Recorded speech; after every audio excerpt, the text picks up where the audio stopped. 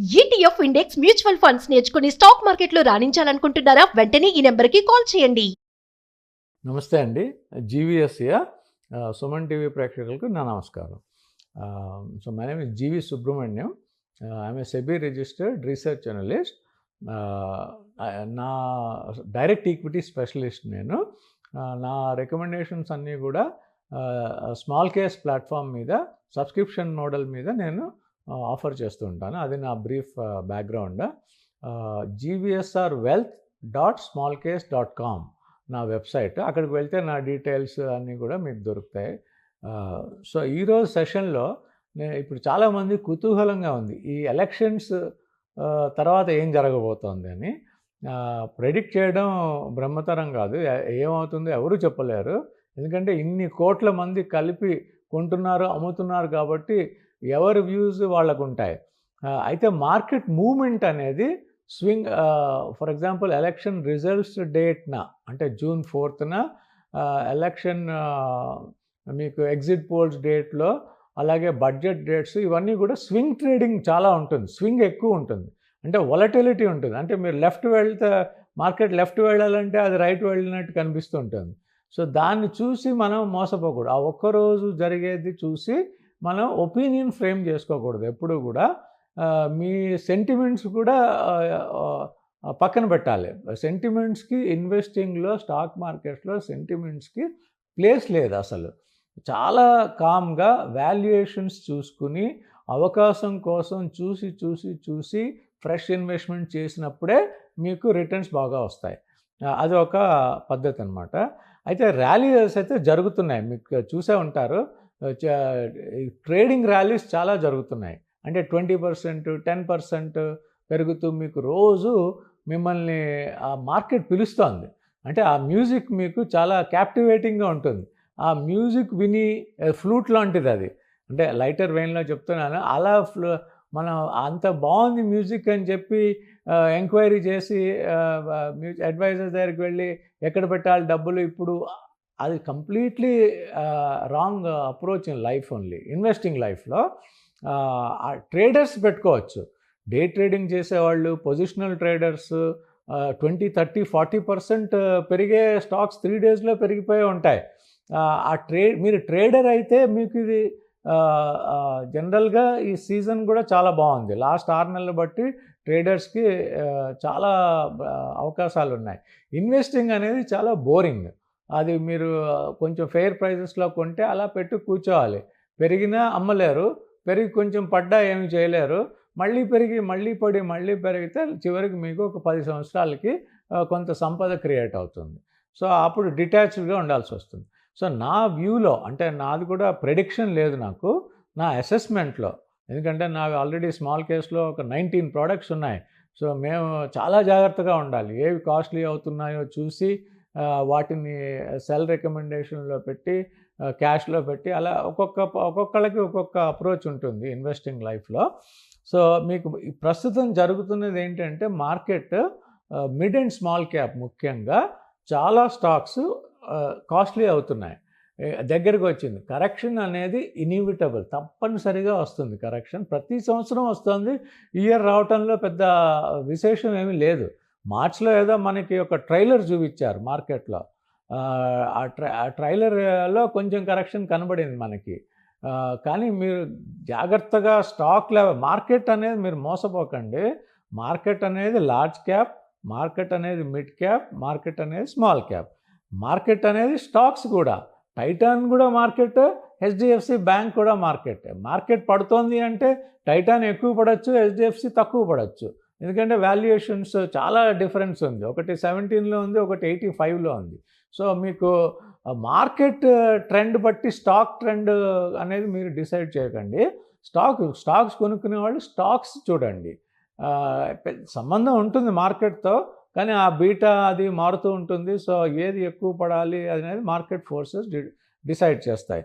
So large క్యాప్లో పాకెట్స్లో, అంటే banking సెక్టర్లో, కొన్ని సెక్టర్స్లో బ్యాంకింగ్, ఫైనాన్షియల్ సర్వీసెస్, ఇన్సూరెన్స్ ఉన్నాయి. బిఎఫ్ఎస్ఐ సెక్టర్ చాలా ముఖ్యం. అందులో మీకు కొన్ని ఫెయిర్లీ ప్రైస్డ్ కూడా ఉన్నాయి, కనబడుతున్నాయి. సో అవి ఎక్కువ పెరగట్లేదు. మీరు బ్యాంక్స్ చూస్తే లార్జ్ క్యాప్ బ్యాంక్స్ పెరగట్లేదు. అది ఒక రకంగా మంచిదే. ఎందుకంటే అవి కొనే అవకాశాలు రావచ్చు. మార్కెట్ కరెక్షన్ వస్తే డెఫినెట్గా వస్తాయి. ఆ కరెక్షన్లో అవకాశాలు వస్తాయి. కరెక్షన్ రాకుండా పెరిగితే ఇక్కడి నుంచే పెరిగి కూడా ముందుకు వెళ్ళొచ్చు. అది బ్యాంకింగ్ సెక్టర్లో అవకాశాలు. మీకు ఈ ట్రేడింగ్ ట్రాప్లో పడకండి. If you're a trader you make money. 20-30% one డేలో 10% కూడా రావచ్చు. అలాంటివి చాలా జరుగుతున్నాయి. కానీ అది చాలా ఫైన్ స్కిల్. అది ట్రేడర్స్ మాత్రమే చేయగలుగుతారు. దానికి R1, R2, R3 resistance levels, S1, S2, S3 support levels అని చాలా పెద్ద గేమ్ అది. అంటే ఒక క్యాలిక్యులేషన్స్ చాలా ఉంటాయి వాటిల్లో. అవన్నీ చూసుకుని చేయండి ట్రేడింగ్ అయితే. మొమెంటమ్ ట్రేడర్స్ ఎప్పుడు కూడా పెరుగుతున్నవి కొని ఇంకా పెరిగాక ప్రాఫిట్స్కి అమ్ముతారు. ఇన్వెస్టింగ్ మాత్రం పడ్డప్పుడు కొని పెరిగినప్పుడు అమ్ముకుంటే తప్ప మీకు క్యాపిటల్ గెయిన్స్ రావు. మిడ్ అండ్ స్మాల్ క్యాప్లో కరెక్షన్ కంపల్సరీ రావడానికి అవకాశాలు చాలా ఉన్నాయి. టైమింగ్ మనం చెప్పలేము, ఎప్పుడో అప్పుడు వస్తాయి అవి. ఈ ఎలక్షన్ రిజల్ట్స్లో ఎలక్షన్ రోజు ఎనీవే స్వింగ్ ట్రేడింగ్ జరుగుతుంది జనరల్గా. రెండు వైపులా అవకాశాలు ఉంటాయి చేసుకోవడానికి. అలాగే నెక్స్ట్ మేజర్ ఈవెంట్ బడ్జెట్ కాబట్టి మీకు కొన్ని స్టాక్స్ ఎలక్షన్ ముందే కాస్ట్లీ అయిపోయి కరెక్షన్ మోడ్లోకి వెళ్ళిపోయాయి. అది మీకు స్టాక్ లెవెల్లో అనలైజ్ చేసే ఫండ్ మేనేజర్స్కి మాలాంటి అనలిస్ట్కి తెలుస్తాయి. స్టాక్ లెవెల్లో ఇండెక్స్ పెరుగుతూ ఉంటుంది, స్టాక్స్ కొన్ని పడుతూ ఉంటాయి.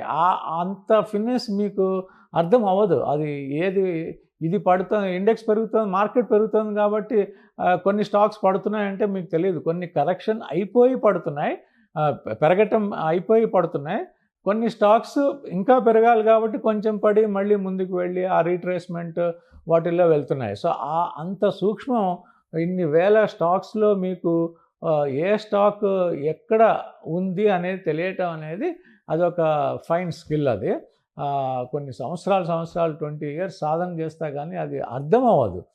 ప్రెడిక్షన్ చేయటం ఎలాగో కష్టం, ఇప్పుడు ఏమో జరుగుతుందో అర్థం చేసుకోవడానికి 10 to 20 years పట్టే అవకాశాలు ఉంటాయి. అంటే చాలా క్లోజ్గా అనలైజ్ చేయాలంటే. సో ఈ ట్రేడింగ్ ఆపర్చునిటీస్ చాలా ఉన్నాయి. మీకు ఇందులో కొన్ని రిస్క్స్ ఉన్నాయి, మార్కెట్ రిస్క్. అవి నేను చెప్తాను. First risk business risk, market risk అనేది 2 రకాల రిస్క్స్ ఉంటాయి. బిజినెస్ రిస్క్ అనేది company level risk business risk అంటారు. సేల్స్ బాగుండకపోవచ్చు, కాంపిటీషన్ రావచ్చు, ఈ ఆర్డర్స్ పడకపోవచ్చు, అలా ఏదో అది బిజినెస్ రిస్క్. మార్కెట్ రిస్క్ అనేది అందరికీ ఉంటుంది. అది మనకి డొమెస్టిక్ మార్కెట్లో రిస్క్ ఎక్కువ లేకపోయినా ఎక్స్టర్నల్ రిస్క్ చాలా ఉన్నాయి. మీ గ్లోబల్ రిస్క్లో అది మన వరకు కూడా రావచ్చు. అంటే బార్డర్స్ దగ్గర క్లాషెస్ అని, లేకపోతే ఈ నైబర్హుడ్లో గొడవలు, లేకపోతే ఇంటర్నేషనల్గా క్యాస్కేడింగ్ ఎఫెక్ట్ అయ్యి అది ఒక అవలాంచ్ లాగా వచ్చి కొట్టేస్తుంది అందరినీ. అది ఎవరు ఆపలేరు. ఆ రిస్క్ ఉన్నాయి. అయితే నేను చెప్పే రిస్క్ ఒక రిస్క్ నా అసెస్మెంట్లో ఉన్నది ఏంటంటే, చాలామందికి లాస్ట్ ఇయర్ ప్రాఫిట్స్ వచ్చాయి కాబట్టి అందరూ మేము మార్కెట్ని బీట్ చేయగలుగుతాం, మాకు వచ్చే సబ్జెక్ట్ అని అనుకుంటున్నా. అది ఉట్టి భ్రమ. అంటే రీటైల్ ఇన్వెస్టర్స్లో అది ఆ ఓవర్ కాన్ఫిడెన్స్ బయాస్ అనేది జాగ్రత్తగా ఉండండి. కొంతమంది చేయగలుగుతారు, 100కి 3 4 మార్కెట్ కంటే ఎక్కువ రిటర్న్స్ ఇవ్వగలుగుతారు రీటైల్ ఇన్వెస్టర్స్లో. కానీ చాలామంది ఓవర్ ఎ లాంగర్ టైం ఫ్రేమ్స్లో మార్కెట్ని బీట్ చేయలేరు. చాలా కష్టం మార్కెట్ని బీట్ చేయడం అనేది. అందులో తెలిసి చేస్తే బ్లైండ్గా ఆడి ఏదో పెట్టేసి ఆ ఉప్పెనలాగా వచ్చినప్పుడు స్టాక్స్ అన్నీ పెరిగాయి కాబట్టి మనమే పెరిగాయి. కానీ అవి తర్వాత తగ్గాక, ప్రవాహం తగ్గాక లోతు తెలిస్తే అప్పుడు ఎవరికి ఎంత పోయాయి, ఎవరికి ఎంత వచ్చాయి అనేది లెక్కలు వస్తాయి. సో ఒక హాఫ్ చూశారు మీరు, ఇంటర్వెల్ వరకు చూసాం, మనందరం కూడా చూసాం లాస్ట్ 2-3 years నుంచి. సో ఆ ఓవర్ కాన్ఫిడెన్స్ బయాస్ మాత్రం జాగ్రత్తగా ఉండండి. అదొక రిస్క్. అది బిజినెస్ రిస్క్, మార్కెట్ రిస్క్ అనేది కామన్ ఉన్నాయి. సో ఈ కరెక్షన్ అనేది వచ్చినప్పుడు అన్నీ సేమ్ లెవెల్లో పడవు కాబట్టి కరెక్షన్లో కొన్ని అవకాశాలు తప్పకుండా వస్తాయి, ఇన్వెస్టింగ్ అవకాశాలు తప్పకుండా వస్తాయి. అయితే నేను మ్యూచువల్ ఫండ్స్ వాళ్ళకి చెప్పేది ఏంటంటే, ఇంత అనాలిసిస్ అనవసరం, ఇంత వరీస్ అనవసరం. ఎస్ఐపిస్ కంటిన్యూ చేస్తూనే ఉండండి. అప్పుడప్పుడు బాగా మార్కెట్ నేను లాస్ట్ టైం చెప్పినట్టుగా 10% ఇండెక్స్ లెవెల్లో 10% పడితే కొంచెం లంసమ్ పెట్టుకోండి. ఎస్ఐపిస్ కంటిన్యూ చేస్తూనే ఉండండి. ఎందుకంటే మొన్న ఎక్కడో నేను పేపర్లో చదివాను, 20,000 పర్ మంత్ చొప్పున లాస్ట్ 10 years పెట్టిన వాళ్ళకి 1 crore వచ్చింది. సో మీకు ఎస్ఐపిస్లో అంటే క్వాంట్ ఫండ్, కొన్ని మ్యూచువల్ ఫండ్స్ చాలా బాగా చేస్తాయి.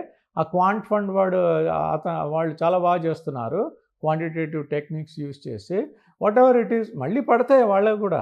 కానీ 10 yearsలో మీకు స్మాల్ అమౌంట్స్తో ఎస్ఐపి చేసి లంసం చేయకుండా కూడా మీకు ఒక సంపద అనేది క్రియేట్ అయిందనేది అదేంటంటే ఈ స్టాక్ మార్కెట్లో మ్యూచువల్ ఫండ్స్కి, డైరెక్ట్ ఈక్విటీకి కూడా రీజనబుల్ రిటర్న్స్ సంపాదించే అవకాశం ఉన్న అసెట్ క్లాస్ కాబట్టి దీన్ని అంతకంతకి నాలెడ్జ్ పెంచుకోవాలి, కానీ ఇది భయపడి దూరం వెళ్ళిపోయే అసెట్ క్లాస్ కాదు నా ఒపీనియన్లో. సో మీరు ఈ ఎలక్షన్స్ అదొక ఈవెంట్. మీ అందరికీ చాలా రీటైల్ ఇన్వెస్టర్స్ చాలామంది అనుకుంటారు ఎలక్షన్స్. ఇప్పుడు మాకు ఎలక్షన్ అనేది ఒక వెదర్ ఇన్ఫర్మేషన్, అది ఏమీ అవ్వదు. ఎలక్షన్ సంబంధం లేదు, ఏ పార్టీ వచ్చినా సంబంధం లేదు మాకు. అంటే అంత కామ్గా ఉంటాం. ఫండ్ మేనేజర్స్ కానీ ఫుల్ టైం అనలైజ్ చేసాం. How does it matter? Company బాగుంటే, కంపెనీ ప్రాస్పెక్ట్స్ బాగుంటే స్టాక్ ఎలాగో పెరుగుతుంది. ఏ గవర్నమెంట్ వచ్చినా ఆ కంపెనీకి ఏం అవ్వదు. ఇదంతా సెంటిమెంట్ డ్రివెన్.